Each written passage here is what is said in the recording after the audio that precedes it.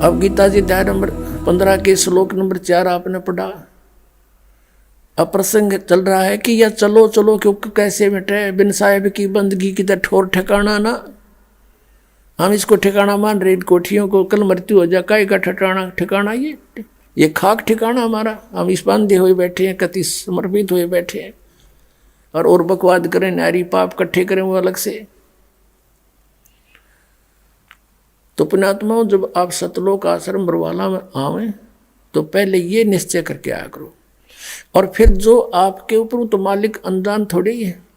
जब आप डॉक्टर के पास आ गए हार थक गए, तो फिर डॉक्टर कोई बालक थोड़ा है, वो सब जानता है इसकी कौन सी वस्तु कहाँ डिफेक्टिव है और कौन सी बीमारी का पहले इलाज करूं ताकि इसका जीवन बचा रहे। अब पुण्यात्माओं, जैसे किसी व्यक्ति का एक्सीडेंट हो गया और उससे ब्लड निकल रहा है और वो बता रहा है जी मेरे पेट में दर्द है, मेरे घुटने में दर्द है, मर गया।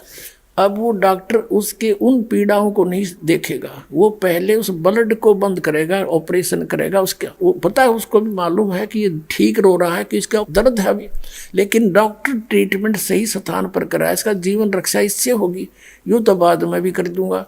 तो पुण्यात्माओं, आप यहाँ आते हो तो आप समझ लो उस हॉस्पिटल में आ गए जिसमें आपके सारे पाप कटेंगे, सारे रोग कटेंगे और जन्म मृत्यु का दीर्घ रोग भी यहीं कटेगा।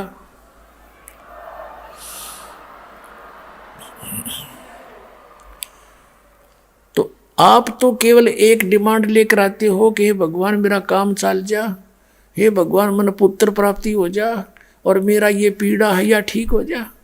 और परमात्मा को पता है कि इसकी उम्र रह रही है 20 दिन की।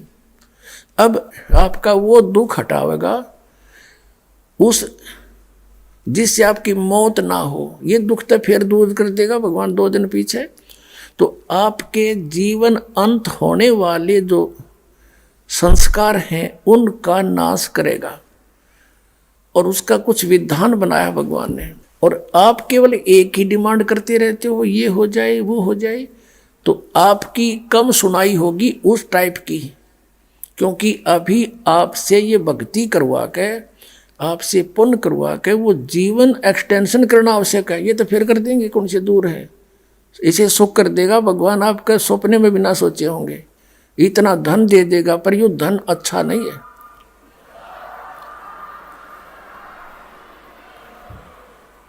ये आपको इतना धन दे देगा, लेकिन यह धन भी अच्छा नहीं है, ये सत्कर मान लेना।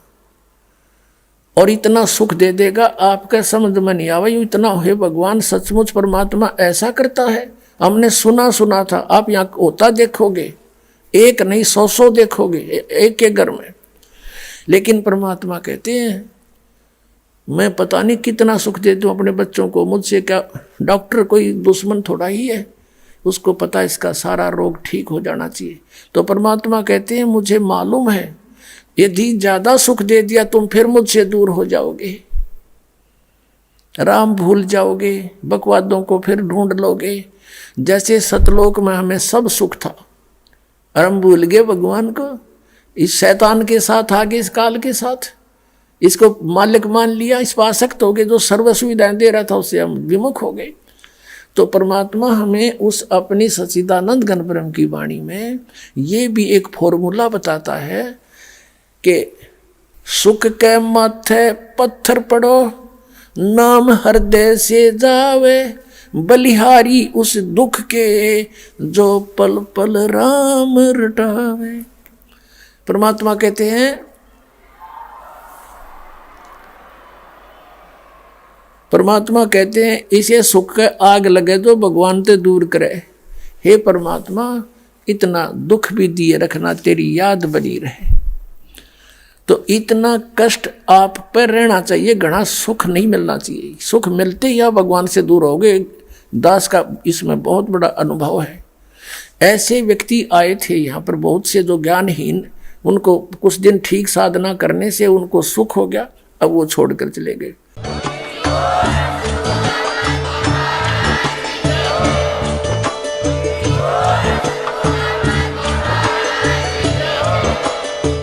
सुन रहे थे जगत गुरु तत्वदर्शी संत रामपाल जी महाराज जी के मंगल प्रवचन। अधिक जानकारी के लिए विजिट कीजिए हमारी वेबसाइट www.jagatgururampalji.org। संत रामपाल जी महाराज जी के शुभ आशीर्वाद से पूरे विश्व भर में 500 से भी ज्यादा नाम दीक्षा केंद्र हैं, जिन पर संत रामपाल जी महाराज जी द्वारा ऑनलाइन निशुल्क नाम दीक्षा दी जा रही है। अपने नजदीकी नाम दीक्षा केंद्र का पता करने के लिए संपर्क करें 8222880541।